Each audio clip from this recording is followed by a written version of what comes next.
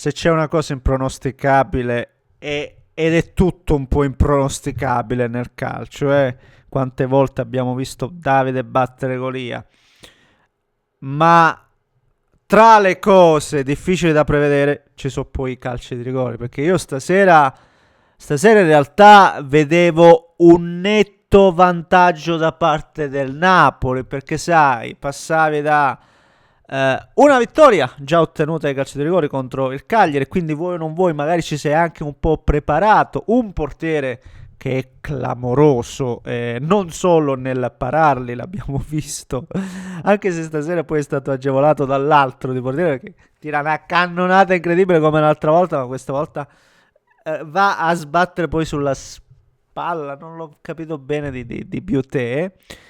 E poi c'aveva lo specialista Lukaku, non lo dico in tono derisorio, assolutamente no, anzi all'Inter mi sembra che non sbagliò mai, forse solo uno tra tutti i rigori calciati, forse se non sbaglio, o uno o nessuno, mi pare uno.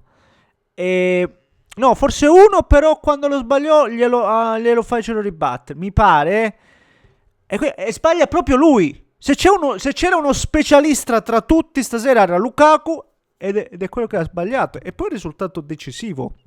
Perciò vi dico, è impronosticabile. E il comodo al canto suo, abbiamo tutti l'immagine del rigore sbagliato dall'ultimo secondo da Paz, che aveva cancellato la possibilità di portare a casa bottino pieno. E quindi contro l'Atalanta? Sì, poi io dimentico tutto.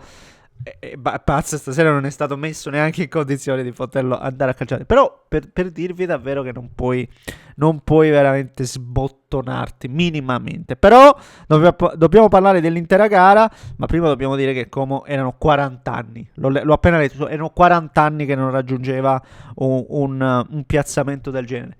E adesso sarà come Inter, se ho capito bene.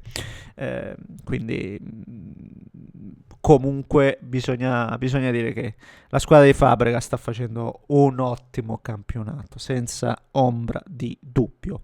Ma dobbiamo parlare del Napoli, dobbiamo parlare di un'ottima prestazione comunque per quanto mi riguarda, di una squadra che bisogna dirlo sempre più in emergenza. Oggi neanche McTominay. E oggi c'è anche da discutere nuovamente su questioni che purtroppo non sono legate prettamente a gesti tecnici, ma ancora una volta a episodi arbitrari. Lo facciamo. Prima, come al solito, vi invito a lasciare un like, così per soddisfare l'amico algoritmo. Iscrivetevi per seguire i prossimi contenuti. In descrizione trovate tutti i profili, Telegram. Siamo praticamente ovunque, su TikTok stiamo facendo delle live, quindi vi aspetto anche là. Su Instagram, come al solito, vedete reel, short, tutto. Per cui vi aspetto. Grazie signori miei per l'immancabile supporto. Ho appena visto, se non sbaglio, ha pareggiato anche il West Ham con lo United. Stava perdendo lo United, quindi nessun taglio di capelli per il tifoso. Perdonatemi, scusate. Grazie per il supporto. Da dove partiamo? Partiamo da un primo tempo quasi completamente skippabile. Ecco, va detto. Tante partite ormai, tante partite in cui le squadre, secondo me, quasi volontariamente non alzano il ritmo, l'intensità. Nel primo tempo abbiamo visto veramente poco, nulla da entrambe le parti, con il Como che si riesce a guadagnare un rigore scodellando questa palla in mezzo, e Oliveira lì fa un errore abbastanza ingenuo, ma se lo perdono, se non l'avesse falciato, credo che l'avrebbe colpita meglio la palla e magari la indirizzava in porta, non lo so, però giocatore completamente lasciato solo, in ritardo, Oliveira lo falcia, rigore ineccepibile, c'è poco da dire. Così come per quanto mi riguarda, senza poi arrivare al secondo tempo, c'era già un'esplosione immediatamente di Jacobo Ramon, giusto? Io i nomi, ragazzi, se alcune volte non mi entrano, non mi rientrano. Sì, Jacobo, assolutamente.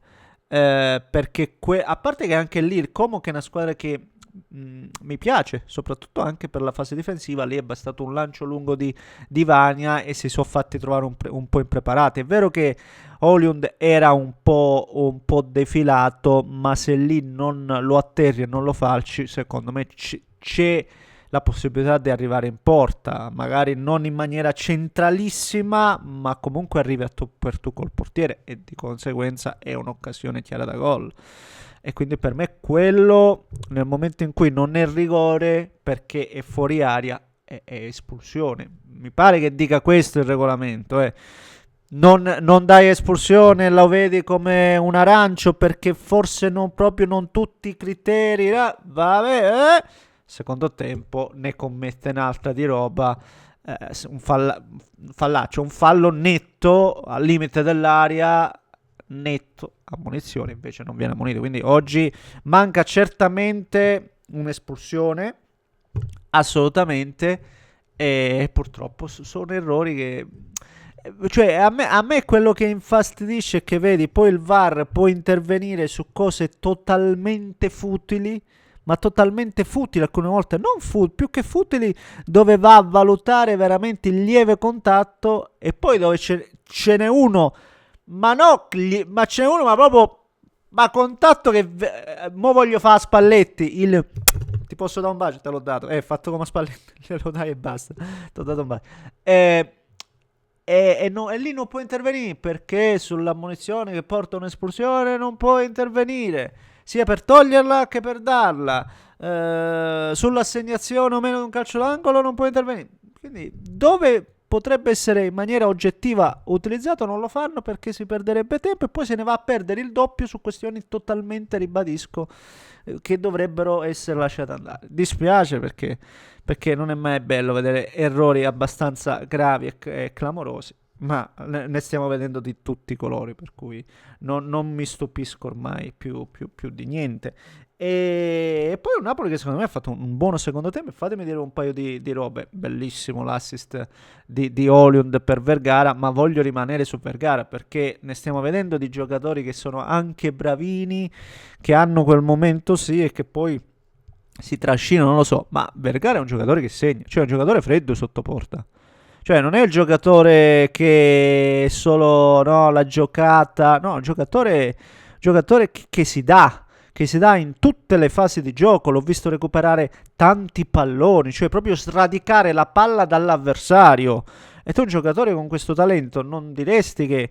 E invece secondo me quella è la prima arma, quella grinta, no? Fatemi utilizzare questo termine, che poi gli permette anche di essere decisivo. E il gol di oggi è un altro gol importantissimo che aveva messo la partita in parità.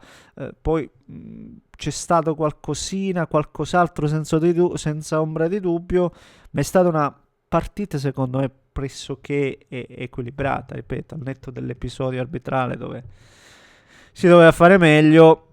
Poi c'è stato abbastanza equilibrio con il finale, magari poteva segnare lì come Voivoda, un po' prima c'era stata qualche situazione per il Napoli. In questo momento cosa c'è stato? Perché io, guarda ragazzi, devo stare a te perché faccio fatica a ricordare, però tutto sommato credo che ci fosse stato un discreto equilibrio, anche se nell'atteggiamento e sulla volontà di condurre la partita il Napoli nel secondo tempo l'ho visto avanti, l'ho visto meglio, ed è una squadra che, ripeto, in questo momento con la totale emergenza era anche difficile poter chiedere di più, invece di certo non possiamo dire che il Napoli abbia snobbato la competizione come si diceva a Cagliari prima, no, oggi c'è una squadra che voleva continuare ma che ha portato la gara anche ai rigori e non c'è riuscita.